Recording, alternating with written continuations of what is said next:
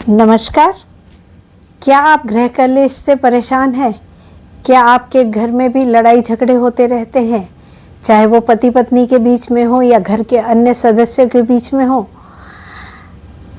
क्या आप चाहते हैं इसका कोई आसान सा सल्यूशन मिल जाए और आपको ज़्यादा परेशानी भी ना उठानी पड़े? तो जी हाँ, मैं हाजिर हूँ आज बहुत ही आसान तरीके लेकर के आपकी इन्हीं समस्याओं के लिए। मैं ऋतुबाला, एस्ट्रोलॉजर, वास्तु और फेंग शुई एक्सपर्ट, आज इसी विषय पर बात करने जा रही हूँ। और अगर अब तक आपने मेरा चैनल ऋतुबाला एस्ट्रोलॉजी सब्सक्राइब नहीं किया है तो इसे जल्द से जल्द सब्सक्राइब कर लीजिए ताकि आपको मेरे आने वाले वीडियोस रेगुलरली मिलते रहें। अगर आपके घर में भी लड़ाई झगड़े होते रहते हैं या आप पति पत्नी के बीच में रिश्ते अच्छे नहीं हैं तो करिए ये उपाय। एक गेंदे का फूल ले लीजिए, उस पर थोड़ा सा सिंदूर डालिए और किसी भी मंदिर में जा कर के उस फूल को आप रखाइए।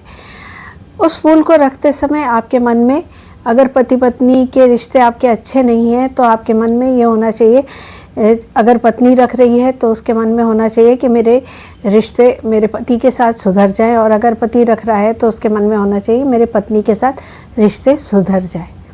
लेकिन इस क्रिया को लगातार आपको करना पड़ेगा।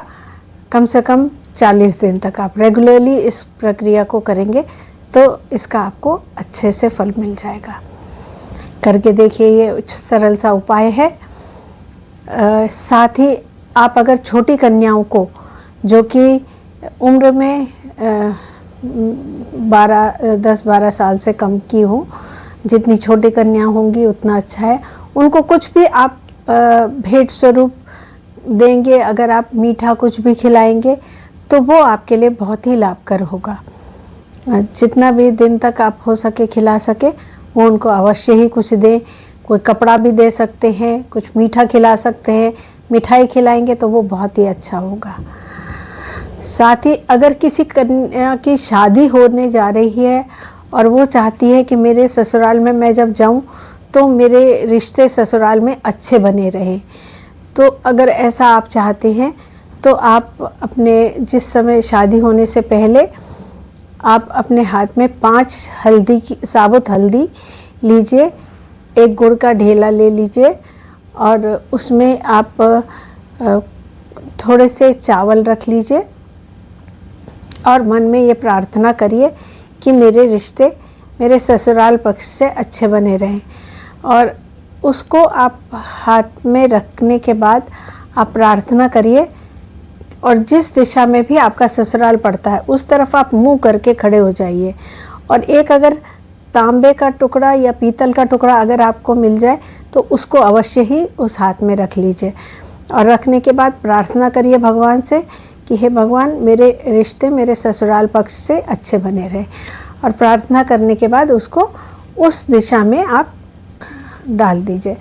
और देखिए, उसके बाद आपकी जब भी शादी होती है तो आपके रिश्ते अपने ससुराल से अच्छे बने रहेंगे। ये बहुत ही सरल छोटे से उपाय हैं जब अगर पति पत्नी के बीच में रिश्ते अच्छे नहीं हैं या जिनकी शादी होने वाली है उनके लिए। लेकिन अगर घर में बाकी मेंबर्स के बीच में रिश्ते अच्छे नहीं हैं तो उनके लिए ये छोटे छोटे उपाय हैं, अगर वो उनको रेगुलरली करना चाहिए। एक बहुत ही उपाय जो मैंने अक्सर बताया है, नमक का पोछा लगाना, वो तो आपको रेगुलरली लगाना ही चाहिए। चाहे कोई भी रिश्ता हो उसको सुधारने के लिए नमक का पोछा तो अवश्य ही रेगुलरली लगाना चाहिए आपको अपने घर में। इसके अलावा आपको नमक इवन आपको किसी भी कांच के बर्तन में भर के रखना चाहिए या मिट्टी के सकोरे में भर के रखना चाहिए अपने एंट्रेंस पे। वो भी नज़र दोष से बचाता है।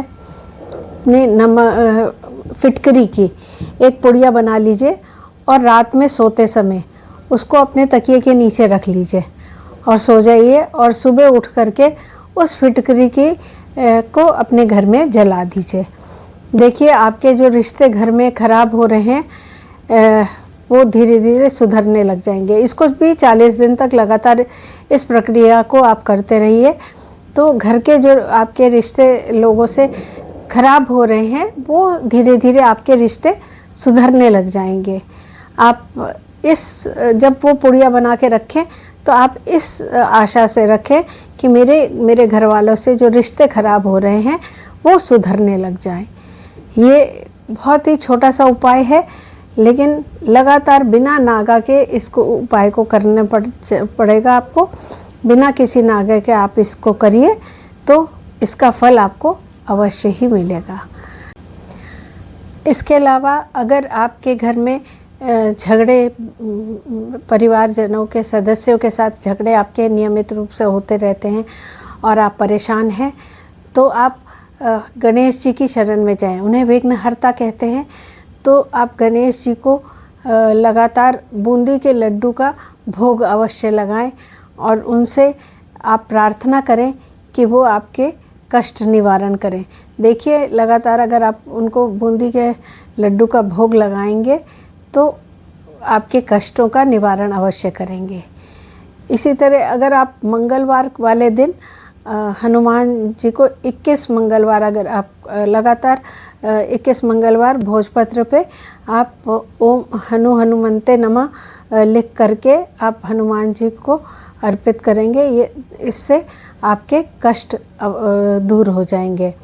जितने भी आपके घर में गृह कलेश हो रहे हैं, आपके झगड़े हो रहे हैं पति पत्नी में या अन्य सदस्यों में, बाप बेटे में अगर झगड़ा होता है या माँ बेटे में झगड़ा होता है या भाई बहनों में झगड़ा होता है, तो वो भी दूर हो जाएगा। तो किसी भी सदस्य के बीच में अगर झगड़ा हो रहा है तो आप ये करके देखिए। हनुमान जी संकट मोचन कहा जाता है उनको, तो वो अवश्य ही संकट को दूर करेंगे। साथ ही अगर आप शनिवार के दिन चींटियों को अगर आप आटे में चीनी मिला करके खिलाएंगे तो उससे भी आपके संकट दूर होंगे। लगातार आप रेगुलरली शनिवार के दिन आप चींटियों को आटे में चीनी मिला करके खिलाएं। कोई भी उनका जहाँ पे से चींटियाँ आप देखें कि आ रही हैं जा रही हैं तो उनको वहाँ पे चींटियों को आटा में चीनी मिला के खिलाइए। देखिए इससे आपके कष्ट का छुटकारा मिलेगा। उपाय हैं, इन्हें करके देखिए, आपको बहुत फ़ायदा होगा पूरे विश्वास के साथ। लेकिन जो भी उपाय करें उनको पूरे विश्वास के साथ करिएगा। ये मैंने बहुत सारे उपाय बताए, इनमें से आपको जो भी उपाय पसंद आए और सरल लगे आप अपनी इच्छा अनुसार वो उपाय कर सकते हैं। सारे उपाय अगर आप नहीं भी कर सकते, आप इनमें से 1-2 उपाय जो आपको अच्छा लगे आप अपनी सामर्थ्य अनुसार वो उपाय आप कर सकते हैं। मैंने पहले भी अपने वीडियोस में बहुत सारे उपाय आप लोगों को बताए हैं, उनको भी आप करके देखिए और उनसे लाभ उठाइए। अगर आपको मेरा ये वीडियो पसंद आया हो तो अपने फैमिली और फ्रेंड्स के साथ शेयर करना ना भूलिए। और अगर अब तक आपने मेरा चैनल ऋतुबाला एस्ट्रोलॉजी सब्सक्राइब नहीं किया है तो उसे जल्द से जल्द सब्सक्राइब कर लीजिए। धन्यवाद। नमस्कार।